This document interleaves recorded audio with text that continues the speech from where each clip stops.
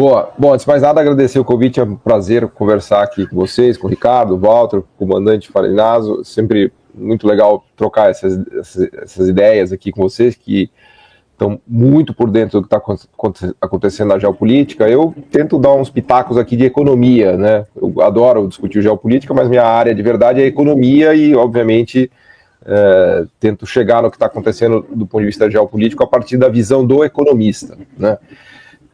E eu acho que tem coisas interessantes. A gente já completou, já podemos, entre aspas, comemorar um mês de governo Trump. Comemorar é brincadeira, né? Tem gente que ama, tem gente que odeia, mas enfim, o fato é que já completa um mês, né? Ele assumiu no dia 20 de janeiro, nós estamos chegando já quase no 20 de fevereiro, semana que vem, já quase que dá para ter um balanço dos primeiros 30 dias do que foi o governo Trump, né? Do que ele prometeu fazer, do que ele está fazendo, né? E muitas dessas coisas que você já mencionou, Ricardo, eu acho que algumas coisas muito claras, assim, né? O governo Trump é zero hipocrisia, né? Ele já chegou falando, olha, aqui nós vamos colocar tarifa, vamos sair da OMS, a OMC não serve para nada, nós vamos fechar o USAID, né? Então ele já, né, meio que chegou com o pé na porta em relação às instituições internacionais, né? Ele sempre foi um crítico contra essas chamadas instituições reguladoras globais, né? E ele está cumprindo a promessa, de deportar muitos imigrantes ilegais. É sempre bom olhar os dados. A última estimativa é de 10 milhões de imigrantes ilegais nos Estados Unidos, dos quais 5 milhões são mexicanos, né? Aliás, o México é quem mais sofre com essa história. O brasileiro tem acho que 250 mil, é o número que eu vi, de imigrantes ilegais. Todos eles trabalhando, tá? É importante dizer isso, porque tem hoje 170 milhões de pessoas trabalham nos Estados Unidos, essa é o pessoal ocupado, 30 milhões são imigrantes, e dos 30, 10 são ilegais. Então isso também dá uma dimensão para a gente da dependência americana, primeiro da imigração. Você imagina que 30 milhões de pessoas que trabalham hoje nasceram fora dos Estados Unidos, né? E segundo, ver que 10 milhões desses 30 estão lá em condições ilegais. Então tem um limite aí, o Trump está já mandando essas pessoas embora, né? A gente viu aqui no Brasil, inclusive, as pessoas chegando algemadas, né? Os aviões aterrissando, teve conflito ali com a Colômbia, que não quis receber, com o México, depois ele acabaram aceitando, mas o fato é que ele está mandando embora, mas há um limite disso, que é o limite do mercado de trabalho americano muito aquecido, né, e de pressão salarial, porque quando essas pessoas vão embora, os salários começam a subir, porque eles são basicamente mão de obra barata, que estão ali nos Estados Unidos, especialmente serviços de baixa qualificação, né? Então isso é outra coisa que já começa a aparecer do governo Trump, é que, apesar dele ter uma postura mais belicosa, geopolítica, né, ele tem limitações econômicas dentro do seu próprio território. E isso pode ser um limitante para as atitudes dele, né? Eu acho que essa semana aconteceu um negócio simbólico também, que foi a disparada dos preços do alumínio, né? O alumínio que é um insumo-chave para a construção civil, para indústria, né, de todo tipo. Imagina peças de alumínio, se usa para tudo. E o Trump ameaçou com as tarifas de alumínio, e o preço do alumínio já está disparando nos Estados Unidos. O preço do alumínio, para vocês terem ideia, já está nos níveis da pandemia, então há uma disparada de preço de alumínio. E nessa semana vieram dados de inflação americana que já volta a dar sinais de aceleração de novo. A inflação americana já foi para 3% por ano, tá? Teve dados recentes mostrando uma aceleração da inflação. Então o Trump, ele é meio vítima dele mesmo, porque na medida em que ele anuncia tarifas, ele deporta os imigrantes, ele entra num confronto geopolítico, ele mesmo paga as consequências econômicas disso. Os Estados Unidos pagam as consequências econômicas. Então o Trump, né, tem esse lado mais fraco, que ele não vai conseguir fazer tudo o que ele gostaria. Porque se ele fizer tudo o que ele gostaria, ele corre o risco de colocar os Estados Unidos de novo num processo inflacionário, que seria algo extremamente nocivo para ele mesmo, né? Então, no final do dia, você vê que, né, até para terminar essa primeiro comentário, veja que ele anunciou um monte de tarifas com ameaças, mas no duro não tem tarifa nenhuma. A única tarifa que ainda passou foi a da China. O resto foi tudo chutado para abril, né, para março, abril, porque ele anunciou com o México, mas depois falou, não, vamos negociar por um mês. Aí anunciou Canadá, depois falou, vamos negociar por um mês. Aí falou, agora vamos fazer a tarifa recíproca.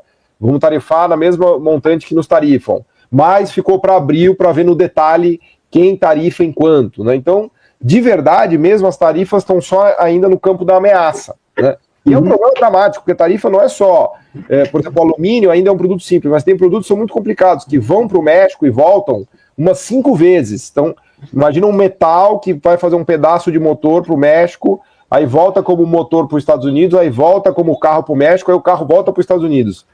Ou seja, quando você põe uma tarifa de 25% na fronteira, isso vira um múltiplo de tarifa, porque na medida em que a gente está falando de uma área de livre comércio, né, totalmente integrada.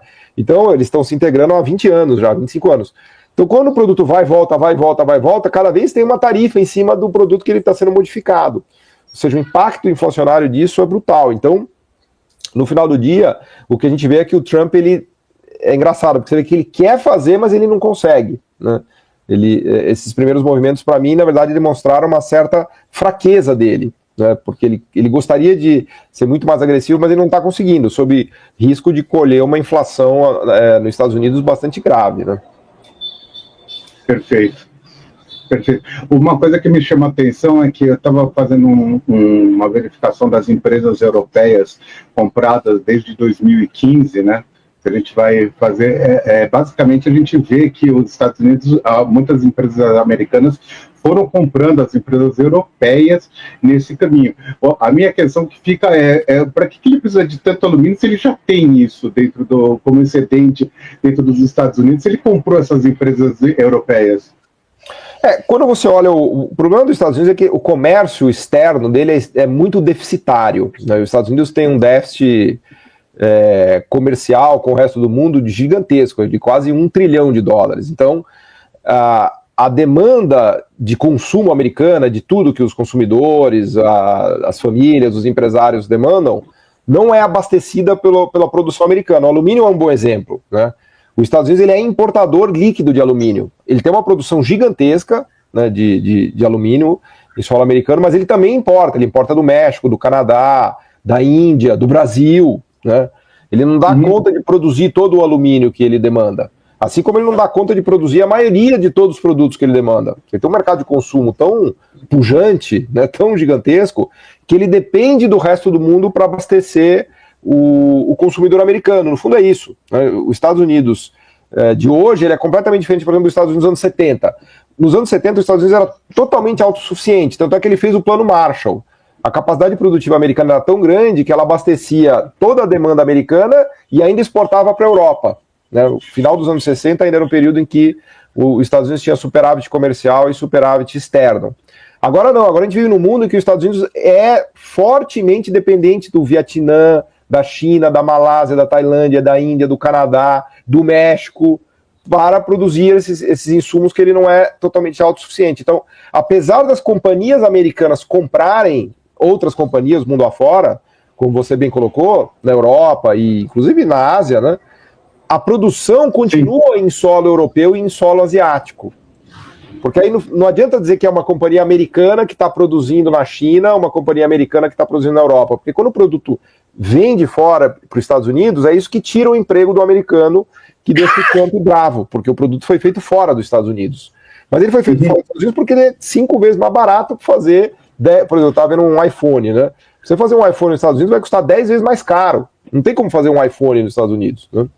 Então tem um dilema aí, porque os Estados Unidos ele está integrado no resto do mundo, ele não consegue se desvencilhar do resto do mundo, do ponto de vista produtivo, mas ao mesmo tempo o Trump está nervoso com isso, porque isso tira empregos de qualidade dos Estados Unidos. Então é um problema complexo que o Trump enfrenta, e hoje muito mais difícil do que era em 2017 e 2018, porque hoje a China está mais forte, a Índia está mais forte, o Vietnã estão mais forte, em termos de economia, né? Não estou nem falando de parte de armas, de exército, que isso daí também são gigantes hoje, né? Estou pensando só ainda na questão econômica, né?